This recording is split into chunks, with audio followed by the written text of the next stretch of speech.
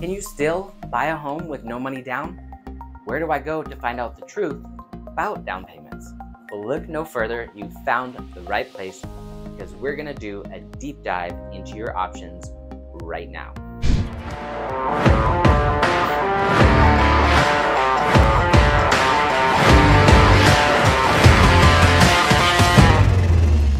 Hey, it's your favorite local realtor, Eren Millam with Premier Property Group, LLC. I've sold hundreds of homes here in Lewis County and the surrounding areas over the last decade, and most of my buyer clients have taken advantage of these no money down payment programs. Not only that, but I'm one of those analytical nerds that likes to read the fine print.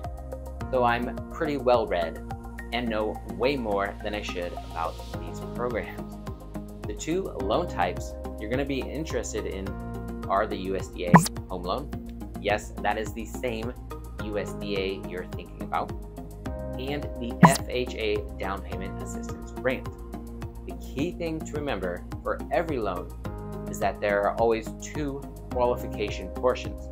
Not only does the buyer have certain qualifying factors, but the specific house also must meet certain qualifications. Another caveat to consider is that you will still have closing costs unless you can get the seller to pay them, and still other costs that you will incur to close the deal.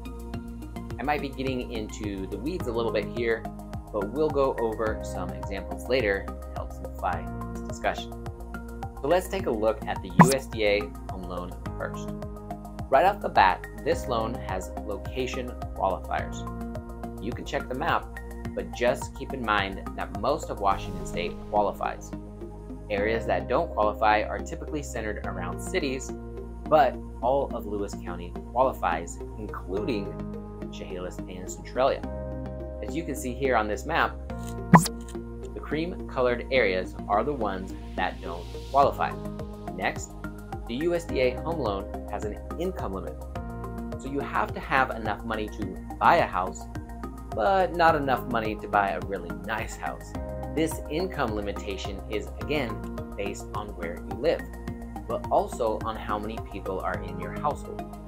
It can get a bit more complicated than that, but let's just take a look at an average here in Lewis County. A household of four cannot make more than $106,400. In blue-collar Lewis County, most people shouldn't have any problem qualifying for this. Now that you've qualified, the hard part is finding an eligible house. First, this must be your primary residence, not an investment.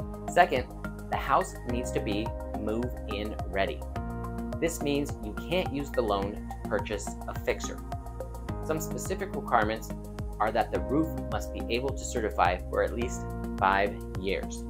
There can be no leaks in the plumbing, and there can be no peeling paint. This last one is actually harder than you think, as most homes in this area have peeling paint due to the weather. There are obviously more things to look out for on the house, but the idea is that it doesn't need any structural work. If you can get the seller to make these repairs prior to an appraisal, then the house will qualify. But in my experience, if the seller knows about it and hasn't fixed it prior to going on the market, it probably won't happen. So that's the USDA home loan in a nutshell. Now let's jump into the FHA down payment assistance grant program. We'll start with the house qualifiers. Essentially, it is identical to the USDA loan. It needs to be structurally sound and move-in ready. This program is a little misleading as a zero down program with the word grant in the name, because it's actually a secondary lien on the property that will need to be paid back when you sell the home. However, it does not have a location qualifier, and you can purchase a manufactured home where that's not the case with the USDA loan program. Technically, you can do it with the USDA loan program, but there is no lender that will do it because it is so complicated. The FHA loan also has a max purchase amount limit. This can make it pretty difficult to use in today's current market. Before we get into the examples, I just want to say these are not the only two programs. They are probably the most popular and widely used in our area. You'll need to sit down with a lender to find out your purchasing power and determine which loans are best for your specific situation. There are so many variables that it can be overwhelming to try and sort it out for yourself. If you need a good lender, I just happen to know a few, being a realtor and all, I can help you there. So let's say you qualify and the house qualifies for a $360,000 USDA loan. If you were able to take advantage of this program, here's how the money would look. So you're going to have a home inspection with any type of loan. Typically, this will range between $400 and $500. You'll also have a water test for each type of loan if the home is on a well, and this can be anywhere from $30 if you do it yourself to $150 if you have someone else do it, and it can go up from there if you do further testing. You'll also have an appraisal for each loan type, and that number really fluctuates, but I just put $800 to give you a general idea. Now, here's where things are different. With the USDA loan program, your down payment is $0. With the FHA program, your down payment is $0.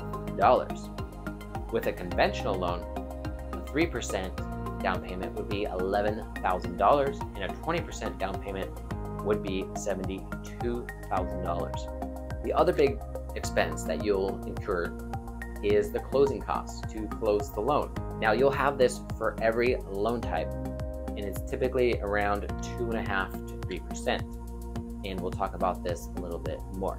Now, at the end, when you're closing the loan, your loan balance on a USDA and an FHA will both be $360,000, whereas a conventional could be anywhere from $349,000 with 3% down to $288,000 with 20% down. Hopefully, this paints a good picture of costs associated with purchasing a home. It will still cost you money because the down payment is only one item of the process. However, it is usually the largest chunk and can allow you to enjoy the financial rewards of home ownership versus having to struggle to save enough money when the market is going up faster than you can save each month at your job. The other big chunk, closing costs, you can negotiate with the seller to pay, which will save you another large chunk of change. When all is said and done, you truly can purchase a home for less than 1 month of rent using one of these zero down payment programs. And that's the truth. If you have any questions about this or anything else real estate related in Washington State, make sure you leave a comment as I answer all of these personally. Further, if this video was helpful to you, consider liking it for the algorithm and subscribe to my YouTube channel. Again, I'm Eren Millam with Premier Property Group, and remember, extraordinary service delivers extraordinary results. And that's the truth.